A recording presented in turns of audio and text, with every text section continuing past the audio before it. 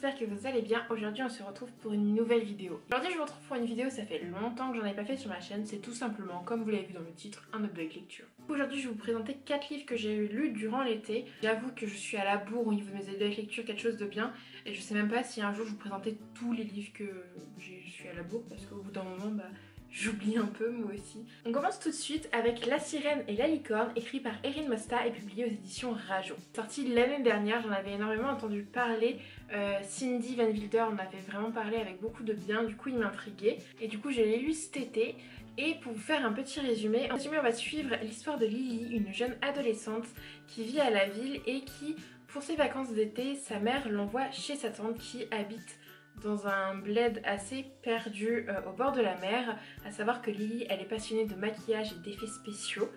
Et du coup elle arrive chez sa tante qu'elle ne connaît pas dans une petite ville qui est même un village. Et au départ elle le prend pas hyper bien parce que c'est pas des vacances souhaitées, on l'a envoyée là-bas. Elle ne parle très peu à sa tante lui cache des choses, elles n'arrivent pas à communiquer entre elles, en même temps ça fait des années qu'elles ne se sont pas parlé. Et un beau jour, Lily avec son chat vont croiser un petit chat à 3 pattes trop mignon. Et Lily va découvrir sa propriétaire qui est Chris, une jeune ado de son âge. Et du coup cette jeune Chris est plus discrète, elle a quelques secrets elle aussi. Et elle intrigue énormément Lily et Lily a envie d'en savoir un peu plus sur Chris. Surtout qu'elle craque un peu pour elle.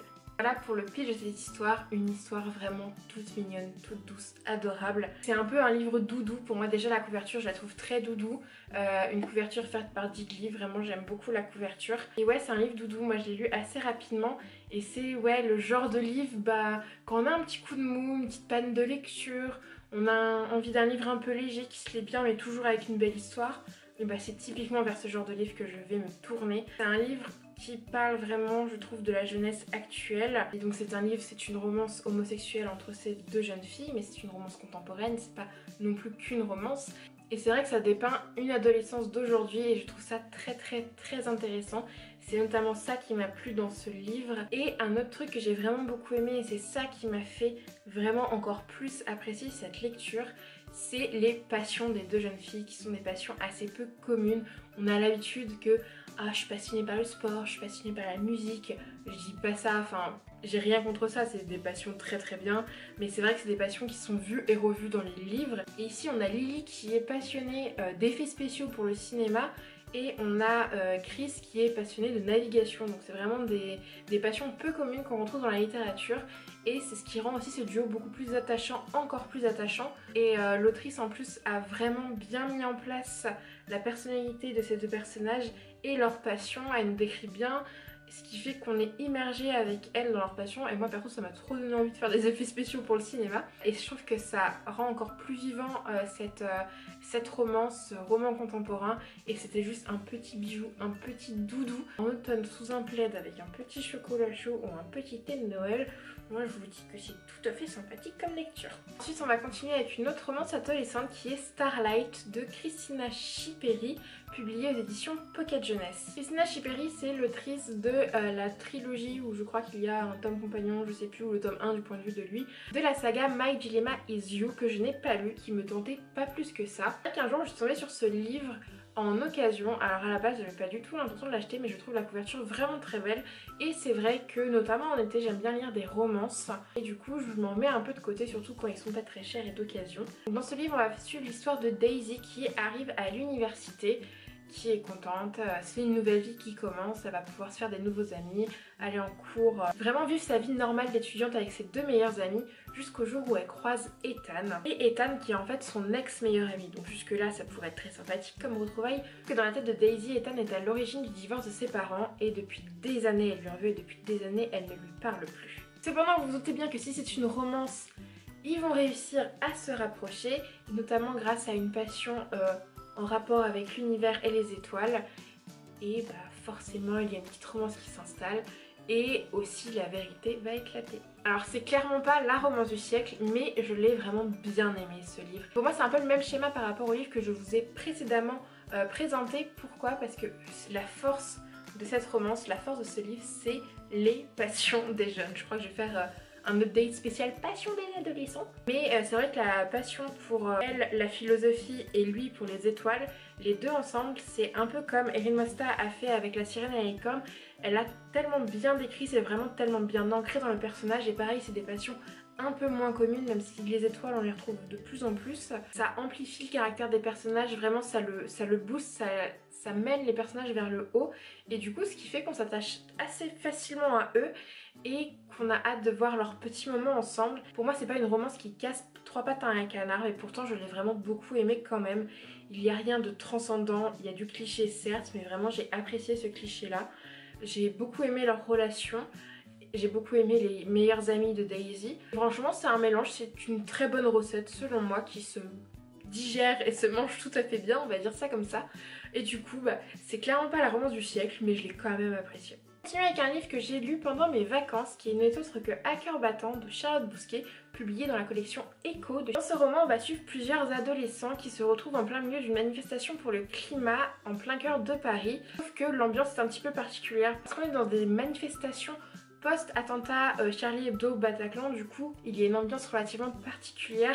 Il y a des regroupements de personnes aussi importantes. Du coup en fait on suit plusieurs points de vue de jeunes qu'on ne connaît pas, qui vont être amenés à se croiser, à s'aider, à se sauver. Et c'est vraiment un super beau livre, vraiment d'actualité. C'est ça vraiment que j'ai adoré, c'est les jeunes de maintenant. C'est juste quelque chose de beau, c'est un livre assez poignant parce que forcément ça nous met dans une ambiance relativement oppressante et c'est vrai que du coup Charlotte Bousquet a très bien retranscrit je trouve cette ambiance d'un peu de peur assez constante mais pas non plus la peur qui vraiment nous prend en trip, mais c'est juste ce petit danger qui est toujours derrière notre épaule en mode on sait jamais ce qui peut se passer. Et là notamment on va suivre des jeunes qui voient des CRS, des policiers malmener un SDF qui n'a absolument rien fait. On voit vraiment un peu les deux côtés d'une manifestation, les manifestations et les forces de l'ordre, et c'est vraiment hyper bien dépeint, hyper bien construit. Comme je vous le disais, on suit plusieurs points de vue et c'est ça aussi la richesse de ce récit, c'est qu'on a plusieurs angles de vue par rapport à cette manifestation, des angles de vue, des points de vue qui se croisent au bout d'un moment et qui font des très belles histoires entre tous ces jeunes. Et je trouve que ce livre est vraiment très beau de donner la voix aux jeunes par rapport à des manifestations comme ça, que des jeunes s'intéressent aussi aux manifestations pour le climat. C'est vraiment la future génération, la génération de maintenant qui va vivre dans le monde futur qu'on laisse un peu de manière pourrie pour le moment. Ça prouve qu'il faut qu'on fasse des efforts pour garder une planète relativement saine sur laquelle on peut vivre. Et juste des gamins qui se battent comme ces gamins-là, mais c'est juste assez incroyable de lire des récits comme ça et franchement je vous le recommande à 2000% parce que c'est vraiment d'actualité et on a besoin de récits comme ça je trouve maintenant en littérature jeunesse. Du coup je vous le recommande vraiment énormément. Et on va finir avec un livre que j'avais trop hâte de vous présenter, qui est pour l'instant mon plus gros coup de cœur de l'année et honnêtement je pense que ça va le rester. Je vous présente donc Un si petit oiseau de Marie Pavlenko, publié aux éditions Flammarion Jeunesse. Ce livre m'a fortement été recommandé par Aloïse des Tribulations culturelles du loup, mais aussi Audrey du Souffle des mots. Et je les remercie mais tellement infiniment de m'avoir parlé de ce livre parce que déjà la couverture est totalement sublime et l'histoire est incroyable. Et ouais, franchement c'est un énorme coup de cœur pour ce livre. Je vais pas vous dire en détail tout ce qui m'a fait ce livre, mais il me parle énormément et il m'a chamboulé à la lecture et c'est un bijou, c'est une pépite. Pour vous faire un résumé, on va suivre Abby, une jeune adolescente qui a tout pour elle, enfin elle est plutôt mignonne, elle a des super potes, elle s'en sort très bien à l'école, elle va rentrer à la fac et tout. Sauf qu'un jour elle est en voiture avec sa mère et une automobiliste en face fonce dans la voiture et Abby perd un bras. Elle est amputée d'un bras et ça chamboule sa vie forcément parce qu'il faut qu'elle se réadapte avec un membre amputé. C'est pas facile tous les jours, que ce soit pour elle, pour sa famille. On va la suivre dans le post-hôpital, elle est sortie de l'hôpital et sa vie, elle prend un peu du noir parce qu'elle avait des rêves et elle a du mal à voir comment ses rêves peuvent se concrétiser avec un bras en moins. Du coup, elle est plus très active, elle reste enfermée dans sa chambre, sa famille s'inquiète pour elle. jusqu'au jour où elle croise Aurel, un ancien camarade de classe, qui va sortir de sa zone de confort, qui va porter de l'intérêt pour elle alors qu'elle a un bras en moins. Et en fait, pour lui, il s'en fout en fait. Enfin, certes, t'as un bras en moins, mais toi, t'es toujours la personne exceptionnelle que j'ai connue quand j'étais jeune. Au départ, elle se demande pourquoi il a un regard aussi spécial sur elle, pourquoi elle ne le répugne pas. Parce que c'est aussi comme ça que les gens disent « Ah, elle a un bras en moins ». Non, en fait. Et du coup, on va suivre d'abord une histoire d'amitié entre eux. Et Aurel va tout faire pour que Abby puisse pas seulement croire en ses rêves, mais puisse réaliser ses rêves, notamment grâce à une passion, encore une fois, qui est celle de l'observation des oiseaux, qui est une passion d'Aurel, qu'il va partager avec Abby durant ces quelques pages de livre. Et ça donne une histoire tout à fait incroyable, sensationnelle. Et ce livre, mais je peux ne vous le recommander qu'à 1 milliard de pourcents, tellement ce livre est génial. Vous l'avez compris, ce livre est un énorme coup de cœur. Encore une fois, les passions sont peu communes pour ces adolescents. Enfin, l'observation des oiseaux, c'est pas tous les jeunes, même toutes les personnes qui le font de nos jours. Et ça rend une certaine poésie au roman qui est tout à fait admirable. Je suis trop émue en fait en parlant de ce livre puisque je suis en train de repenser à tout ce qui m'a fait ressentir pendant ma lecture et juste après.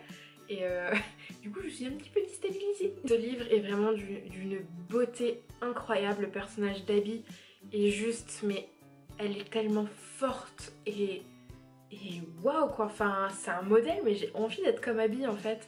Elle est juste incroyable. Et Aurel, mais ce garçon, mais si je pouvais avoir un Aurel dans ma vie, mais je signe tout de suite. Mais enfin juste ces deux personnages totalement incroyables et hyper bien construits. Franchement, Marie Pavlenko a fait un travail de dingue sur ces personnages, mais elle n'a pas fait que le travail de dingue sur ces personnages-là. Elle a aussi beaucoup travaillé les personnages secondaires, les décors, les actions, les passions. Et juste, il n'y a rien qui ne va pas dans ce livre. Tout est juste totalement incroyable, d'une fluidité monstre. C'est beau, c'est intense, c'est poétique, c'est actuel, c'est magnifique quoi comme livre. Enfin, je sais pas quoi vous dire de plus, juste que ce livre est merveilleux, magnifique, c'est un sublime contemporain. C'est deux ados qui s'entraident et qui se poussent chacun vers le haut et c'est juste incroyable. C'est une reconstruction d'une personne, c'est...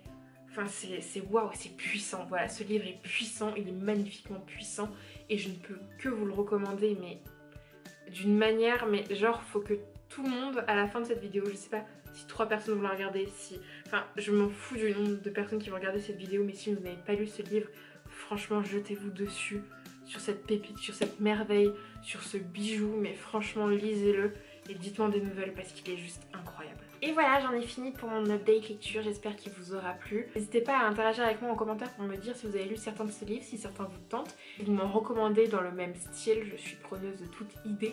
Si vous voulez me suivre sur mes autres réseaux sociaux, n'hésitez pas à checker la barre d'infos. Et sur ce, je vous souhaite de merveilleuses lectures et je vous dis à la semaine prochaine pour une nouvelle vidéo.